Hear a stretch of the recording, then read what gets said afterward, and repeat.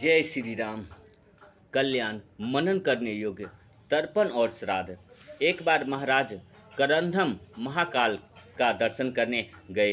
काल भीति ने जब करंधम को देखा तब उन्हें भगवान शंकर का वचन स्मरण हो गया। उन्होंने उनका स्वागत सत्कार किया और कुशल प्रश्न आदि के बाद वे सुखपूर्वक बैठ गए।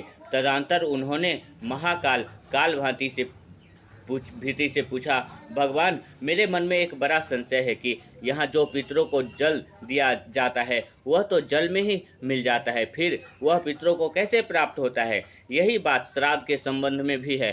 पिंड आदि जब यही परे रह जाते हैं तब हम कैसे मान ले कि पितर लोग उन पिंड आदि का उपयोग करते हैं? साथ ही यह कहने का साहस भी नहीं होता कि वे पदार्थ पितरों को किस प्रकार मिलते ही हैं नहीं, क्योंकि स्वप्न में देखा जाता है कि पितर मनुष्यों से श्राद्ध आदि की याचना करते हैं। देवताओं के चमत्कार भी प्रत्यक्ष देखे जाते हैं। अतः मेरा मन इस विषय में मोहग्रस्त हो रहा है। महाकाल ने कहा, हे राजन, देवता और पितरों की योनि ही इस प्रकार की है कि दूर से कही हुई बात, दूर से किया हुआ पूजन सत्कार, दूर से की हुई अर्चना स्तुति तथा भूत भविष्य और वर्तमान की सारी बातों को वे जान लेते हैं और वह वहाँ पहुँच जाते हैं। उनका शरीर केवल 9 तत्वों, 5 तन मात्र, 4 अंतकरण का बना होता है, 10वां जीव होता है, इसलिए उन्हें स्थूल उपभोगों की आवश्यकता नहीं होती।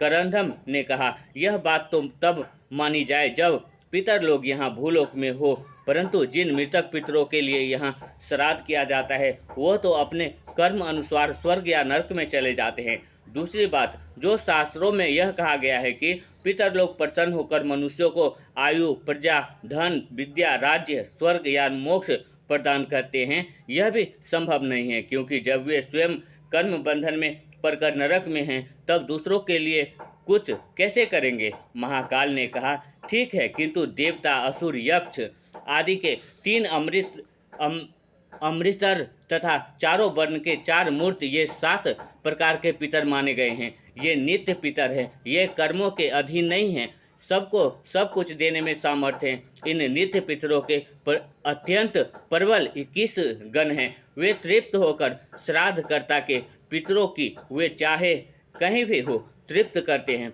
करंधम ने कहा, महाराज, यह बात तो समझ में आ गई, किंतु फिर भी एक संदेह है। भूत प्रेत आदि के लिए जैसे एकत्रित बलि आदि दी जाती है, वैसे ही एकत्र ही संक्षेप से देव आदि के लिए भी क्यों नहीं दी जाती?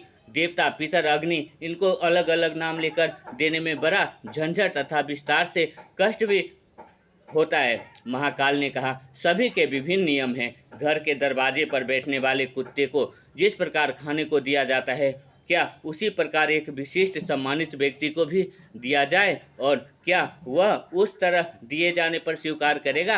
अतः जिस प्रकार भूत आदि को दिया जाता है, उसी प्रकार देने पर देवता उसे नहीं ग्रहण करते।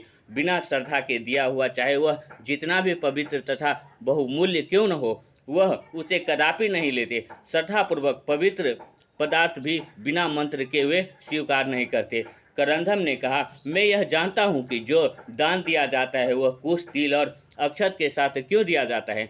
महाकाल ने कहा, पहले भूमि पर जो दान दिया जाता था उन्हें असुर लोग बीच में ही घुसकर ले लेते थे। देवता और पितर मुंह देखते ही रह जाते थे। आखिर उन्होंने ब्रह्मा जी से शिकायत की।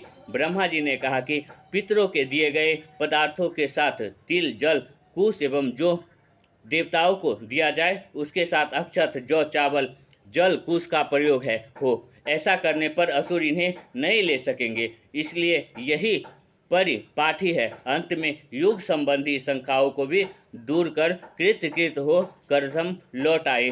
जय श्री राम। स्कंद पुराण, महेश्वर खंड, कुमारिका खंड। जय श्री राम।